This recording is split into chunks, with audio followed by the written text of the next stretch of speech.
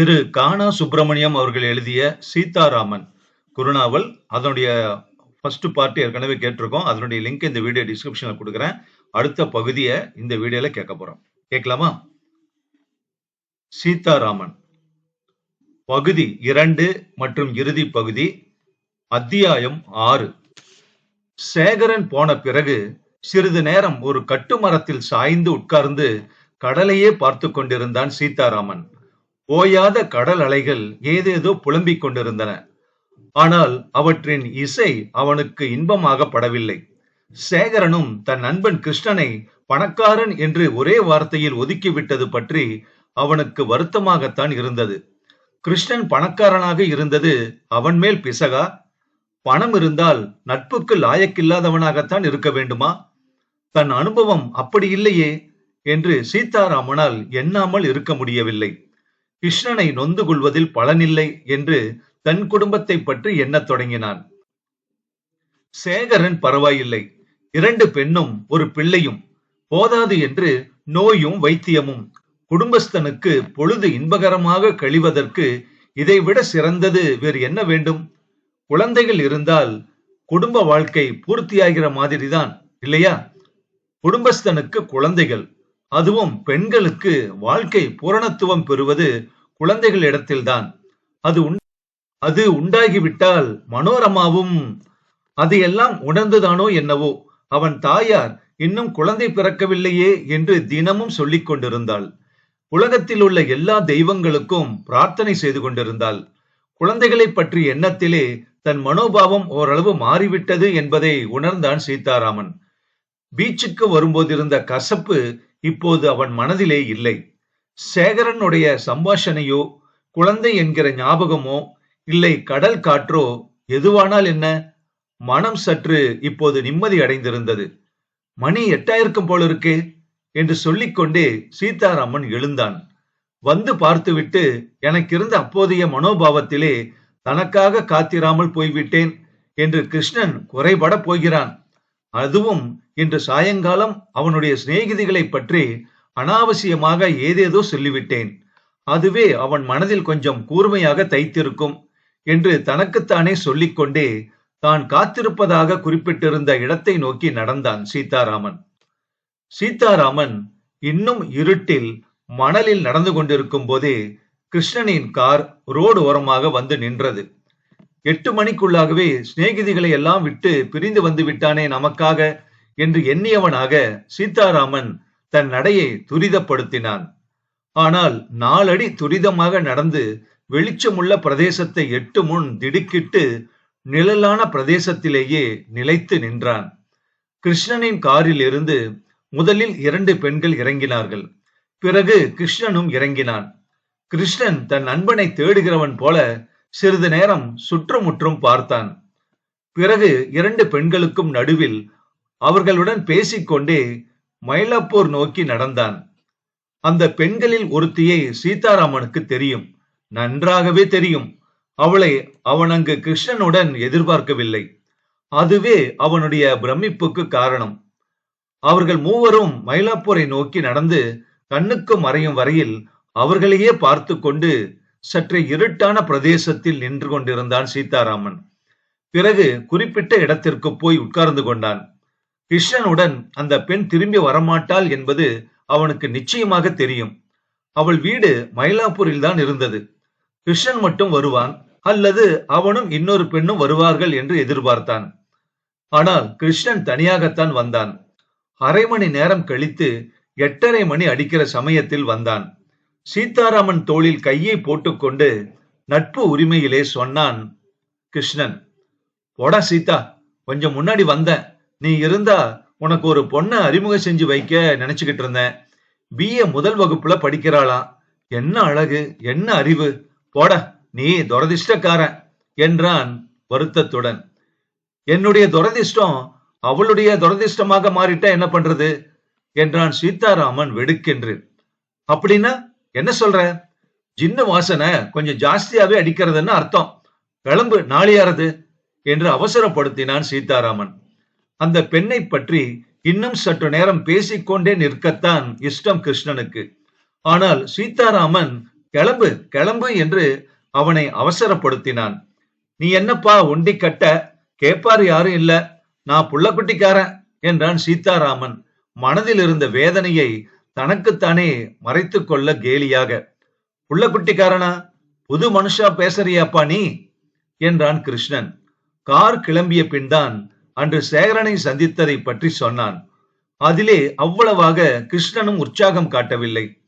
நட்பு என்பது இரண்டு பக்கத்து உறவு என்று எண்ணிய சீதாராமன் வேறு எதையும் பற்றி சிந்திக்கவோ பேசவோ மனமில்லாதவனாக சேகரனை பற்றியே வழிநெடுக பேசினான். சீதாராமனை அவன் வீட்டு வாசலில் தன் காரில் இருந்து இறக்கி விட்டு போகும்போது, நாளைக்கு வரேன், 5 மணிக்கு தயாராயிரு என்றான் கிருஷ்ணன்.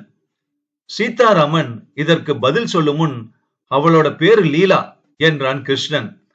அவனையும் மீறியே சீதாராமன் வாயில் இருந்து தெரியும் என்கிற வார்த்தை வெளியே வந்து விட்டது. அவள் உனக்கு தெரியுமா என்று ஆச்சரியத்துடன் கேட்டான் கிருஷ்ணன். தெரியும், ஆனா நாளைக்கு சொல்றேன் விஸ்தாரமாக. இப்ப வரட்டுமா என்றான் சீதாராமன். கிருஷ்ணனுடைய காரின் சிவப்பு விளக்கு தெருவிலே ஓடி மறைகிற வரைக்கும் அங்கேயே நின்றான் சீதாராமன். பிறகு திடீரென்று ஏதோ அவசரத்தை உணர்ந்தவன் போல மாடிப்படிகளை இரண்டாக தாவி ஏறினான். அத்தியாயம் 7. சட்டையை கழட்டி மாட்டிவிட்டு கைகால் அலம்பிக் கொண்டு சீதாராமன் சாப்பிட போய் உட்கார்ந்தவுடன் அவன் அம்மா சொன்னாள், மணி 10 அடிக்க போறதுரா, தினம் இதே மாதிரி நாளி பண்ணினா அதுவும் இந்த சமயத்துல அவ உடம்ப சரியா பாத்துக்க வேண்டாமா என்றாள். என்னம்மா பண்ண சொல்ற? சாயங்காலமா டிஃபன் சாப்பிடுறது பசிக்கவே மாட்டேங்கிறது இப்போ. தவிர வெளியே போனா யாராவது கண்ணுல தட்டுப்பட்டா அவளோட பேச மாட்டேன்னு ஓடி வர முடியறதா? என்ன அவசரப்பட்டாலும் இத்தனை நேரம் தான் ஆயிடுறது ஒரு நாளை பார்த்தாப்புல என்று மன்னிப்பு கேட்கிற தோரணையிலே சொன்னான் அவன். நீ சாப்பிடுறச்ச மணி 10, அவ சாப்பிட்டு கையளம்புறச்ச 11 அடிக்கிறது. ஒவ்வொரு நாளும் இப்படியே. அதுக்கப்புறம் காரியம் செஞ்சுட்டு படுக்க பாதி ராத்திரி ஆயிடுறது. அவளுக்கு உடம்புக்காகுமான்னு தான் கேக்குறேன் என்றாள் அம்மா. காலகாலத்துல அவளை சாப்பிட்டுட்டு படுக்க சொல்றதானேம்மா என்றான் சீதாராமன். இதை கேட்டுக்கொண்டே முன் அறையில் இருந்து வந்த அவன் மனைவி மனோரமா சொன்னாள், மாமி தேகம் மாத்திரம் வஜ்ஜரமா, வயசா சொல்லியா, கஷ்டப்பட்டுதான் ஆகணும் என்று கேலி செய்தாள். ஒரு அம்மா கிட்டையும் ஒரு அகமுடையாளு கிட்டையும் அகப்பட்டுக்கிட்டு நான் தவிக்கிற தவிப்பு இருக்கே என்றான் கிருஷ்ணன். பொறக்காம இருந்திருக்கணும், இல்லாட்டா கல்யாணமாவது பண்ணிக்காம இருந்திருக்கணும் என்றாள் மனோரமா. என்னத்த பண்றது, பண்ணின்றது தப்பிதம், அது இவ்வளவு நாள் கழிச்சு இப்பதான் தெரியறது என்று சிரித்து கொண்டே சமாளிக்க முயன்றான் சீதாராமன்.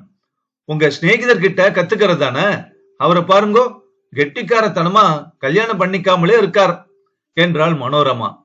கிருஷ்ணனை பற்றிய பேச்சு தொடங்கியதும் திக்கென்றது சீதாராமனுக்கு. சாயங்காலம் மாதிரி மீண்டும் ஏதாவது கசப்பான பேச்சு தொடங்கிவிட போகிறதே என்ற பயம் அவனுக்கு.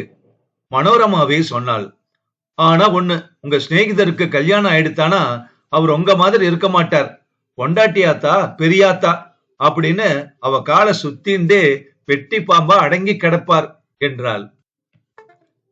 உனக்கு தெரிஞ்ச பொண்ணு யாராவது இருந்தா சொல்லு, கெட்டிக்கார பொண்ணா, அகமடையான அடக்கி ஆளக்கூடிய பொண்ணா? அவன் அம்மா நடுவே குறுக்கிட்டாள். யாராத்து பிள்ளைக்கோ கல்யாணம் பண்ணி வைக்க என்னத்துக்கு நாம சிரமப்படணும், நாளியாச்சுடா, சாப்பிட்டாச்சுன்னா எழுந்துரு என்று அவசரப்படுத்தினாள் அம்மா. சம்பாஷனை சற்று சிரமமான பாதையில் திரும்பும் முன்னரே சமாளித்துக் கொண்ட தன் தாயாரின் சாமர்த்தியத்தை வியந்து கொண்டவனாக சீதாராமன் எழுந்தான். கையலம்பி விட்டு சாப்பிட்ட இலையில் உட்கார்ந்த தன் மனைவியை பார்த்து சொன்னான், சாப்பிட்டுட்டு மேல வா மனோ, ஒரு விஷயம் இருக்கு உங்ககிட்ட சொல்லணும் என்றான்.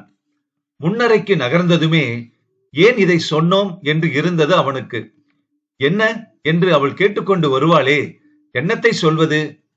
ஏற்கனவே கிருஷ்ணனிடம் அவளுக்கு கோபம். இன்று மாலை நடந்த விஷயத்தை பற்றி சொன்னால் அவள் கோபம் அதிகரிக்குமே என்று யோசித்தான். அரை மணி நேரம் கழித்து சமையலறை காரியங்களை எல்லாம் முடித்துக் கொண்டு ஒரு கையில் காய்ச்சிய பாலுடனும் ஒரு கையில் வெற்றிலை தட்டுடனும் வந்தாள் அவன் மனைவி. ஏதோ சொல்றேனேலே, என்ன என்று கேட்டுக்கொண்டுதான் வந்தாள். ஒரு வினாடி தயங்கினான் சீதாராமன். ஒரே ஒரு வினாடிதான். பிறகு அவளிடம் சொன்னான், இன்னைக்கு உன்னுடைய தங்கச்சியை பார்த்தேன். அப்படியா, யார? பேபியையா லீலாவையா? லீலாவ. எங்க? என்ன சொன்னா என்றாள் மனோரமா பிறந்தகத்தை பற்றிய இன்ப ஞாபகங்களுடன்.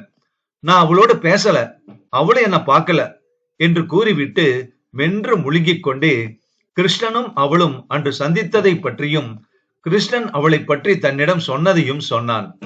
ஆனால் இதை சொல்லிக் கொண்டிருக்கும் போதே அவன் மனதில் தான் செய்வது அசட்டுத்தனம் என்று ஒரு எண்ணம் தோன்றிக்கொண்டே இருந்தது. அவன் சொல்வதை மௌனமாக கேட்டுக்கொண்டிருந்த மனோரமா அவன் சொல்லி முடித்த பின்னும் பதில் கொடுக்கவில்லை. 2 நிமிஷ தயக்கத்திற்கு பிறகு சீதாராமன் சொன்னான், எனக்கு என்னவோ லீலாவும் கிருஷ்ணனும் சந்திச்சது சரியா படல. உங்க சிநேகிதருடைய யோகியதைய பத்தி உங்களுக்கு தெரியாதோன்னு நினைச்சேன். தெரிஞ்சிருந்தா சரிதான் என்றாள் மனோரமா. அவள் குரலில் தொனித்த பாவம் என்ன என்று சீதாராமனுக்கு சரியாக பிடிபடவில்லை. நீ போய் படுத்துக்கோ, நாளையாருது, நாளைக்கு பார்க்கலாம் என்றான் சீதாராமன். அத்தியாயம் 8. மறுநாள் மாலையில் கிருஷ்ணன் வழக்கப்படி சீதாராமனை பார்க்க வரவில்லை. சீதாராமன் தன் நண்பனை எதிர்பார்த்து வெளியே கிளம்ப தயாராக சட்டை மாட்டிக்கொண்டு வாசல் வராந்தாவுக்கும் உள்ளுக்குமாக நடந்து கொண்டிருந்தான். ஏன் உங்க நண்பர் இன்னும் வரலையோ என்று கேலி செய்தாள் மனோரமா. மனோரமாவுக்காக வேணும் அன்று கிருஷ்ணனுடன் வெளியே கிளம்புவதில்லை என்று நினைத்த அதே வினாடி தீர்மானித்த சீதாராமன், நீயும் நானும் இன்னைக்கு சினிமாவுக்கு போறோம் என்றான் உடனே. அப்படியா? இது என்ன எண்ணிக்கை இல்லாத திருநாளா இருக்கு என்றாள் மனோரமா. கிளம்பு கிளம்பு என்று அவளை அவசரப்படுத்தினான் சீதாராமன். எப்படியானாலும் கிருஷ்ணன் வருவதற்குள் மனோரமாவை அழைத்து கொண்டு கிளம்பி விடுவது என்கிற உத்தேசத்துடன். அவனுக்கு உதவிக்கு வந்தால் அவன் அம்மா. போயிட்டு வாயேன், ஒரு நாள் தான், அடுப்பங்கறதா தினம் இருக்கவே இருக்கு என்றாள். புதுப்புடவையை எடுத்து கட்டிக்கொண்டே மனோரமா சொன்னாள், சினிமா பார்த்து 1 வருஷத்துக்கு மேல ஆச்சே, எப்படி பாக்குறதுன்னு கூட மறந்து போச்சோ என்னவோன்னு சந்தேகமா இருக்கு என்றாள். ஆனால் அவள் 1/4 மணி நேரத்திற்குள்ளாகவே தயாராகி விட்டாள். என்றுமில்லாது அன்று கணவனுடன் கிளம்புவதிலே இருந்த ஒரு சந்தோஷம் அவள் முகத்திலே பிரகாசித்தது.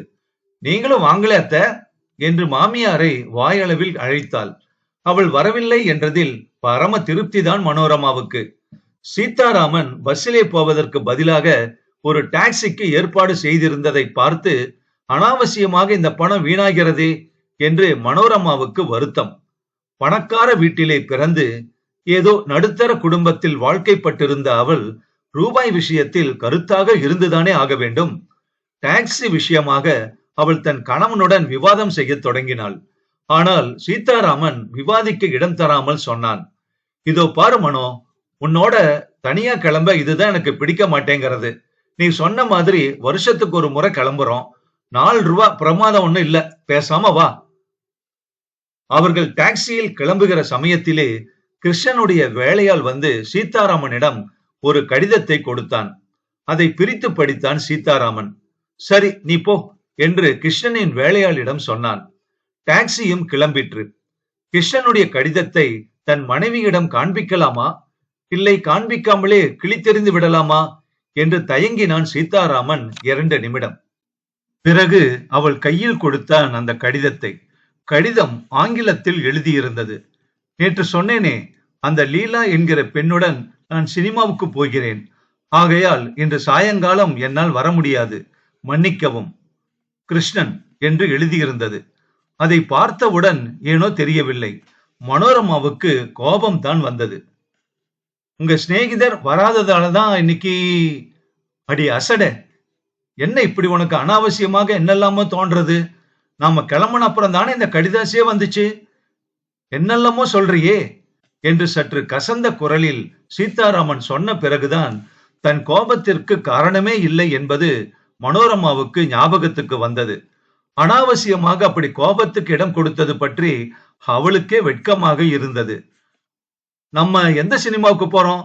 அவளும் அதே சினிமாவுக்கு வந்திருந்தா என்று கேட்டாள் மனோரமா. நல்லதா போச்சு, என்னைக்காவது ஒரு நாள் நீ லீலாவை கோச்சிக்க வேண்டியவதான, இன்னைக்கே கோச்சுக்கோயேன் என்றாள் சீதாராமன். உங்க சிநேகிதரை தான் கோச்சுண்டா என்ன என்றாள் மனோரமா பதிலுக்கு. சீதாராமன் பதில் சொல்லவில்லை. ஒரு வினாடி கழித்து மனோரமாவே சொன்னாள், உங்க சிநேகிதர் லீலாவை கல்யாணம் பண்ணிண்டா அவனா தான் கல்யாணமே பண்ணிக்க போறதில்லைன்னு சொல்லிட்டு இருக்கான் என்றான் சீதாராமன். அதுதான் சரி, நானும் லீலா கிட்ட சொல்றேன். அவர் பண்ற அட்டூழியங்களுக்கெல்லாம் லீலா அவரை கல்யாணம் பண்ணிட்டு வீட்டை விட்டு வெளியே கிளம்பப்படாதுன்னு அடக்கி வச்சு என்று மனோரமா எவ்வளவு ஆத்திரத்துடன் சொன்னாள் என்பதை கவனிக்க சீதாராமனுக்கு விந்தையாகவே இருந்தது. அப்புறம் நீயும் கிருஷ்ணனை உங்க சிநேகிதர்னு கரிச்சு கொட்ட மாட்டே பாரு, அதுவும் நல்லதுதான் என்று சொல்லிவிட்டு சிரித்தான் சீதாராமன். ஒரு நிமிஷம் கழித்து அவனே சொன்னான், இதோ பாரு மனோ, இந்த விஷயத்துல கிருஷ்ணனை குற்றம் சொல்றதுல பிரயோஜனம் இல்ல. படிக்கிற பெண்களுக்கே இந்த மாதிரி விஷயங்கள்ல கொஞ்சம் விவஸ்தை குறைவாதான் இருக்கு. படிக்க படிக்க அர்த்தமற்ற சுதந்திரமும் அந்த சுதந்திரத்தினால விசித்திரமான ஆசைகளும் தோன்றி விடுகின்றன. இவர்கள் எல்லாம் பின்னால் எப்படி ஆகிறார்களோ. இப்போது அவர்கள் செய்வது சரியில்லைதான். முகத்தை சுளித்துக் கொண்டாள் மனோரமா அதை கேட்டு. ஆனால் தன் கணவன் சொன்னது ஓரளவு உண்மைதான் என்று அவளும் அறிந்தே இருந்தாள். லீலா ஒன்னும் அந்த மாதிரி பொண்ணு இல்ல என்றாள் பதிலுக்கு. தங்கள் பெண் அப்படி இல்லை என்றுதான் ஒவ்வொருவரும் எண்ணி இருக்கிறார்கள் என்றான் சீதாராமன். ஒரு நிமிஷம் வார்த்தைகளுக்கு அகப்படாத ஒரு பயம் மென்னியை பிடிப்பது போல் இருந்தது மனோரமாவுக்கு. இதற்குள் சினிமா கொட்டகையை அடைந்து விட்டது டாக்ஸி. கூலியை கொடுத்துவிட்டு சீதாராமனும் மனோரமாவும் இறங்கினார்கள். டிக்கெட் வாங்கிக் கொண்டு சினிமா கொட்டகைக்குள் போகிற போதே கிருஷ்ணனையும் லீலாவையும் மனோரமா பார்த்து விட்டாள். மிகவும் சாதாரணமான ஒரு விஷயத்தை பற்றி பேசுகிறவள் போல, அது இருக்காரே உங்க சிநேகிதர் என்றாள் மனோரமா. ஆமா, என்னுடைய சிநேகிதரும் உன்னுடைய தங்கையும் தான் என்றான் சீதாராமன் சற்று குறும்பாகவே. அவர்களை பார்த்ததாக காட்டிக்கொள்வதா வேண்டாமா என்று சீதாராமனோ மனோரமாவோ தீர்மானித்து ஒரு முடிவுக்கு வருமுன் கிருஷ்ணனும் லீலாவும் அவர்களை கண்டுவிட்டார்கள். தன் சிநேகிதனை வரவேற்க கிருஷ்ணனும் தன் அக்காவை சந்தித்து தன் பக்கத்தில் இருந்தவரை பற்றி சொல்ல லீலாவும் வந்துவிட்டார்கள். பலராலும் புகழப்பட்ட சினிமாதான் அது. ஆனால் புகழத்தக்க அம்சங்கள் அதில் என்னென்ன இருந்தன என்று அவர்கள் நால்வருக்கும் தெரியாது. நால்வருக்கும் என்று சொல்வது கூட தவறு. கிருஷ்ணன் இந்த மாதிரி சங்கடமான சம்பவங்களுக்கு பழக்கப்பட்டவன். அவன் சினிமாவை ஓரளவு கவனித்தான். ஆனால் மற்ற மூவரும் தான் அன்று சினிமா டிக்கெட்டுக்கு கொடுத்த பணம் வீண்தான். இது எப்படி முடிய போகிறதோ என்று உள்ளூர பயத்துடன் சீதாராமனும் ஐயோ இப்படி மாட்டிக்கொண்டோமே என்று லீலாவும் எப்படி முடித்து வைக்கலாம் என்று மனோரமாவும் அந்தரங்கத்தில் யோசனை செய்து கொண்டு உட்கார்ந்திருந்தார்கள். நால்வரும் சேர்ந்தே கிருஷ்ணனின் காரில் வீடு திரும்பினார்கள். லீலாவும் தன் அக்காளுடன் அத்திம்பேர் வீட்டிற்கே வந்தாள். மயிலாப்பூரில் அவள் பெற்றோருக்கு போன் மூலம் தகவல் தெரிவித்து விட்டு வந்தான் சீதாராமன். அத்தியாயம் 9. இத்தனையிலும் தன் நிலைமைதான் வேடிக்கையாகப்பட்டது கிருஷ்ணனுக்கு. அந்த லீலாவை தனக்கும் தெரியும் என்று சீதாராமன் சொன்னபோது அவனுடன் படித்தவளாக இருப்பாள் என்றுதான் எண்ணியிருந்தான் அவன். சீதாராமனின் மனைவி படித்தவள், பணக்கார வீட்டைச் சேர்ந்தவள் என்பது அவனுக்கு தெரியும். அதற்கு மேல் அவ்வளவாக ஒன்றும் தெரியாது அவனுக்கு. சினிமா கொட்டகையிலும் லீலா உடனே அதை சொல்லிவிடவில்லை.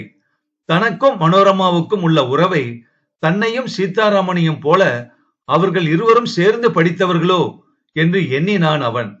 வயது வித்தியாசத்தை பார்த்தால் சேர்ந்து படித்தவர்கள் மாதிரி இல்லையே என்று யோசித்தான்.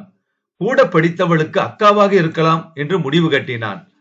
ஆனால் சினிமா பார்த்துவிட்டு வீடு திரும்புகையில் லீலா சீதாராமனை என்ன அத்திம்பேரே என்று அழைத்த பிறகுதான் அவனுக்கு அந்த உறவு முறை தெரிந்தது. அன்று இரவு நிலைமையை பற்றி யோசிக்க நிறைய அவகாசம் இருந்தது கிருஷ்ணனுக்கு. கிருஷ்ணன் பணக்காரர் வீட்டு பிள்ளை. 5 பிள்ளைகளில் மூத்தவன். நன்கு படித்தவன். பார்ப்பதற்கும் அழகாக இருப்பான். நல்ல உத்தியோகத்திலும் இருந்தான். 7-8 வருஷங்களாகவே அவன் பெற்றோர் அவனுக்கு கல்யாணம் செய்து வைத்துவிட முயன்று வருகின்றனர். எனினும் அவன் கல்யாணம் செய்து கொள்வதில்லை என்று பிடிவாதம் பிடித்து வருகிறான். வாழ்க்கையே விளையாட்டு என்றும் அந்த விளையாட்டிலே தனக்கு இஷ்டப்பட்ட போது பங்கெடுத்துக் கொள்ளவே பெண்கள் என்று ஒரு பகுதியை கடவுள் சிருஷ்டித்திருக்கிறார் என்றும் எண்ணி நடப்பவன்.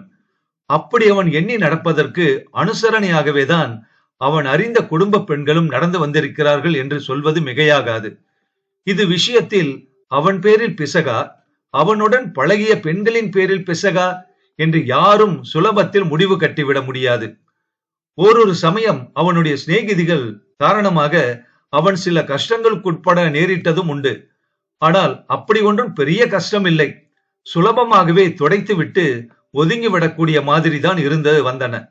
சில இடங்களில் சங்கடம் எதுவும் ஏற்படுவதற்கு முன்னமே அவனாகவே நகர்ந்து விடுவான். அந்த பெண் அவனுக்கு எவ்வளவுதான் பிடித்திருந்தாலும் சரி, அவள் எப்படிப்பட்ட அழகியானாலும் சரிதான். அவனுடைய அடுத்த தம்பிக்கு கல்யாணம் ஏற்பாடாகி இருந்தது. இன்னும் ஒரு மாதத்தில் முகூர்த்தம் வைத்திருந்தார்கள். அதற்கு முன் தன் மூத்த பிள்ளைக்கும் கல்யாணம் செய்து வைத்து விட வேண்டும் என்றுதான் அவன் தகப்பனார் ஆசைப்பட்டார். ஆனால் இந்த மாதிரி விஷயங்களில் பிள்ளைகள் சுதந்திரம் வேண்டுகிற யுகம் அல்லவா இது? சுதந்திரம் உண்டோ இல்லையோ, வீட்டில் உள்ளவர்கள் சொல்படி கேட்காதிருப்பது சர்வ சகஜம்தானே.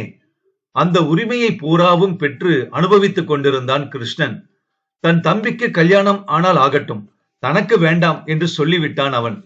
இது விஷயத்தில் அவன் தாயாருக்குத்தான் ரொம்பவும் வருத்தம். மற்றபடி வாழ்க்கையில் எவ்வித குறையும் இல்லாத அவளுக்கு தன் மூத்த பிள்ளை கல்யாணம் செய்து கொள்ள மறுத்தது பெரிய குறையாகப்பட்டது. கிருஷ்ணனுக்கும் சீதாராமனுக்கும் இடையே இருந்த நட்பை அறிந்திருந்த அவள் சீதாராமனிடம் கூட தன் பிள்ளைக்கு புத்தி சொல்ல சொல்லி கெஞ்சினாள். நீதான் அவனுக்கு அண்ணா ஸ்தானத்திலிருந்து சொல்லேன் சீதாராமா என்றால் கிருஷ்ணனின் அம்மா ஒரு நாள். சீதாராமனுக்கு டிஃபனும் அவனுக்கு பிடித்த மாதிரி திக்காக காஃபியும் கொடுத்து விட்டு கேட்டாள். அது விஷயமாக சீதாராமன் தன்னிடம் பிரஸ்தாபித்தது கிருஷ்ணனுக்கு ஞாபகம் வந்தது. நண்பன் என்கிற தோரணையில் சற்று நெருங்கிய உரிமை கொண்டாடி கொண்டேதான் சொன்னான் சீதாராமன். இந்த உரிமையை அவனுக்கு தர தயாராக இருந்த கிருஷ்ணன் அவன் சொன்னதை கேட்க தயாராக இல்லை. சீதாராமனிடம் இது விஷயமாக சொன்னது பற்றி தன் தாயாரை கூட கோபித்துக் கொண்டான். அதெல்லாம் சரி, இப்போது சீதாராமனின் மைத்துனி லீலா விஷயமாக என்ன செய்வது என்று படுக்கையில் படுத்து புரண்டு கொண்டே யோசித்தான் கிருஷ்ணன். அவன் அதுவரையில் கண்டிருந்த மற்ற பெண்களை விட லீலாவை அவனுக்கு அதிகமாகத்தான் பிடித்திருந்தது. முதல் நாள் சந்தித்த போதே அவன் அவள் அழகில் ஈடுபட்டு விட்டான். 2 நாளிகை நேரம் பழகுவதற்குள்ளாகவே அவளுடைய அசாதாரண அறிவும் மனப்பண்பும் அவனை கவர்ந்தன. ஒதுங்கி விடுவதா அல்லது இன்னும் நெருங்குவதா? இப்படி சிந்தித்துக் கொண்டே லீலாவை ஞாபகமாக படுத்திருந்தவன் இரவு 1 மணிக்குத்தான் தூங்கினான். அசந்த தூக்கம் அல்ல அது. லீலாவை பற்றியும் தான் காண வேண்டிய முடிவு பற்றியும் கனவுகள் நிறைந்த தூக்கம். விடியற்காலையில் தானும் லீலாவும் மணப்பந்தலில் வீற்றிருப்பதாகவும் நண்பர்கள் எல்லோரும் கேலி செய்வதாகவும் கெட்டி மேளம் அடிப்பதாகவும் கனவு கண்டு விழித்துக் கொண்டான். அசட்டுத்தனமான ஒரு பலகீனமான மனோநிலையில்தான் கனவு கண்டதை தன் தாயாரிடம் முதல் காரியமாக காஃபி சாப்பிடுவதற்கு முன்னரே சொல்லிவிட்டான். விடியற்காலையிலே கண்ட கனவு பலிக்கும் பாரேன் என்றாள் அவன் தாயார். தெய்வாதீனமாக அவன் கனவு பலித்துவிடக் கூடாதா என்கிற நம்பிக்கையுடனும் ஆசையுடனும் சொன்னாள். அப்படியெல்லாம் என்ன பயமுறுத்தாதேமா என்றான் கிருஷ்ணன். உங்களை பயமுறுத்த நானே வந்திருக்கேன் என்று சொல்லி கலகலவென்று சிரித்துக் கொண்டு உள்ளே வந்த லீலாவை அவன் அந்த சமயம் அங்கு எதிர்பார்க்கவில்லை.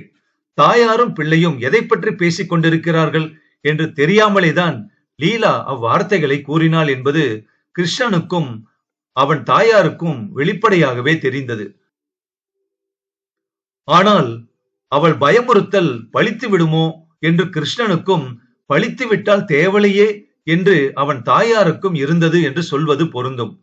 லீலாவை தொடர்ந்து வந்த சீதாராமனையும் மனோரமாவையும் பார்த்த பின்தான் கிருஷ்ணன் சமாளித்துக் கொண்டான். மற்றவர்களால் சமாளிக்க முடியாத எவ்வளவோ சந்தர்ப்பங்களில் சமாளித்துக் கொண்டு பழகியவன் கிருஷ்ணன். எனினும் இந்த சந்தர்ப்பத்தில் சமாளித்துக் கொள்வது அவனுக்கு சிரமமாகத்தான் இருந்தது. வாடா பழி, மாடிக்கு போகலாம் வா என்று சீதாராமனை கையை பிடித்து அழைத்துக் கொண்டு லீலாவுடன் ஒரு வார்த்தை கூட சொல்லாமல் போகிறோமே என்பதையும் மறந்துவிட்டு மாடிக்கு போய்விட்டான்.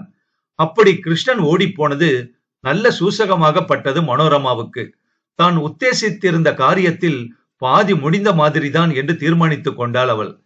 தன்னுடன் வந்திருந்தது தன் தங்கை என்றும் அவளுக்கு கிருஷ்ணனை தெரியும் என்றும் கிருஷ்ணனின் தாயாரிடம் தெரிவித்துவிட்டு வேறு ஏதோ பேசிக் கொண்டிருந்தாள் மனோரமா அவளிடம். லீலாவின் அழகையும் அவள் நடை உடை பாவனைகளையும் பேச்சையும் கவனித்த கிருஷ்ணனின் தாயாருக்கு இந்த மாதிரி ஒருத்தி கிருஷ்ணனுக்கு மனைவியாக வாய்க்க கூடாதா என்றுதான் இருந்தது என்று சொல்லவும் வேண்டுமா? அத்தியாயம் 10. அதெல்லாம் எப்படி நேர்ந்தது என்று பிற்காலத்தில் கேட்டிருந்தால் கிருஷ்ணனால் சொல்லியிருக்கவே முடியாது. உண்மை என்னவென்றால் அது அவனுக்கே தெரியாது. அவனும் கல்யாணமானவர்கள் கோஷ்டியில் சேர்ந்து விட்டான். அபாயம் அபாயம் என்று கூறிக்கொண்டிருந்தது போக. இந்த மாதிரி சந்தர்ப்பங்களுக்கு கிருஷ்ணன் பழக்கப்படாதவன் என்பதும் இல்லை.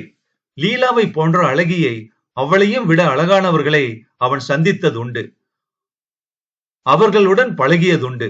அவளை விட அறிவுள்ளவர்களையும் அவன் அறிவான். ஆனால் அந்த அழகும் அறிவும் சேர்ந்த ஒரு பெண்ணைத்தான் அதற்கு முன் அவன் சந்தித்ததில்லை. அவள் அழகையும் அறிவையும் கண்டேதான் மயங்கிவிட்டதாக அவன் நினைப்பு. ஆனால் லீலாவுக்கும் மனோரமாவுக்கும் தெரியும் இதெல்லாம் எப்படி நேர்ந்தது என்று. ஏனென்றால் இப்படித்தான் நேர வேண்டும் என்று நினைத்து விசைகளை முடுக்கி நடத்தி வைத்தவர்கள் அவர்களே அல்லவா. சீதாராமனுக்கு கூட அவர்களுடைய யுக்திகள் எல்லாம் சரிவர தெரியாது. அவற்றின் பலனை கண்டுதான் அவனும் ஆச்சரியத்தில் ஆழ்ந்தான். கிருஷ்ணனுடைய மனதில் ஏற்பட்ட மாறுதல் 10 நாட்களில் நிகழ்ந்தது.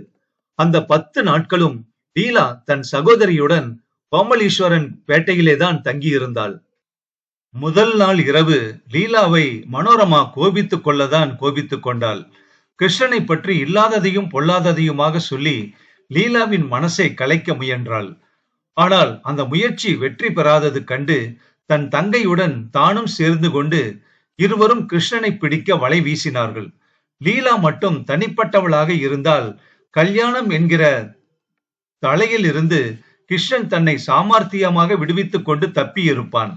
ஆனால் மனோரமாவினுடைய முதிர்ந்த அனுபவமும் அவளுக்கு ஏற்கனவே தெரிந்திருந்த கிருஷ்ணனின் பழக்க வழக்கங்களும் உபயோகப்பட்டன. கிருஷ்ணனுக்கும் லீலாவுக்கும் கல்யாணமாகிற வழியிலே. கிருஷ்ணன் அந்த 10 நாட்களும் அதற்கு முன் வந்தது போல சீதாராமனை தேடிக்கொண்டு மாலையில் மட்டும் வருவதில்லை. காலையிலும் வந்தான், நண்பகலிலும் வந்தான். முன்போதெல்லாம் கீழே காரில் இருந்தபடியே ஹாரன் அடித்து தன் நண்பனை கூப்பிட்டு கொண்டு போய் விடுவதில்லை. ஒரு எட்டில் 3 படி தாண்டி மாடிப்படி ஏறி வருவான். அதற்கு முன் எப்பொழுதாவது நேர்ந்தால் ஒழிய மனோரமாவுடன் அதிகமாக பேசாதவன் இப்பொழுது தினம் ஏதாவது பேசுவான். ஆனால் பேச்சு வேறு எதை பற்றி தொடங்கினாலும் லீலாவிலே தான் போய் முடியும். இந்த 10 நாட்களிலும் லீலா ஒரு 10 தடவைக்கு மேல் அவன் முன் வரவில்லை. வீட்டிலே தான் இருப்பாள். ஆனால் ரொம்ப அலுவலாக இருப்பது போல வந்துவிட்டு ஓடிவிடுவாள். ஒரே ஒரு நாள் மாலையில் தவிர 1/4 மணி நேரத்திற்கு மேல் அவனுடன் தனியாக இல்லை. அப்படி அன்று தனியாக விடப்பட்டதற்கும் மற்ற நாட்களில் தனியாக இல்லாததற்கும் பொறுப்பு மனோரமாவே. லீலாவை கிருஷ்ணன் சந்தித்த 12வது நாள் அவனுடைய தகப்பனார் யாரோ ஒரு பெண்ணுடைய ஜாதகத்தை கொடுத்துவிட்டு இந்த பெண்ணை கல்யாணம் பண்ணிக்க கிருஷ்ணன் ஆட்சேபிக்க மாட்டான் என்று அவன் சிநேகிதன் சீதாராமன் கொடுத்தானே என்று அவர் மனைவியிடம் கூறுவது கிருஷ்ணனின் காதிலும் விழுந்தது. சாதாரணமாக இந்த மாதிரி பேச்சு அவன் காதில் விழும்படியாக வீட்டில் நடந்தால் எரிந்து விழுவான் கிருஷ்ணன். ஆனால் இப்பொழுது சற்றே நிதானமாக கவனித்தான் அந்த பேச்சை. யார் அது என்று கேட்டார் கிருஷ்ணனின் தாயார். யாரோ மயிலாப்பூர்காரரா, பொண்ணு பேரு லீலாவா என்றார் அவன் தகப்பனார். மனோரமனுடைய தங்கை. ஆமா, அவ அன்னைக்கு கூட வந்திருந்தாளே என்றாள் அவன் தாயார். அந்த லீலாவின் அழகையும் குணங்களையும் பற்றி வர்ணிக்க தொடங்கினாள் தன் கணவனிடம். இந்த வர்ணனை கிருஷ்ணனுக்கும் திருப்தி அளித்தது என்றே சொல்ல வேண்டும். கிருஷ்ணன் தங்கள் சம்பாஷணையை கேட்டுக்கொண்டிருப்பது அவன் பெற்றோருக்கும் தெரியாமல் ஒன்றும் இல்லை. வீணாக வளர்த்துவானேன்.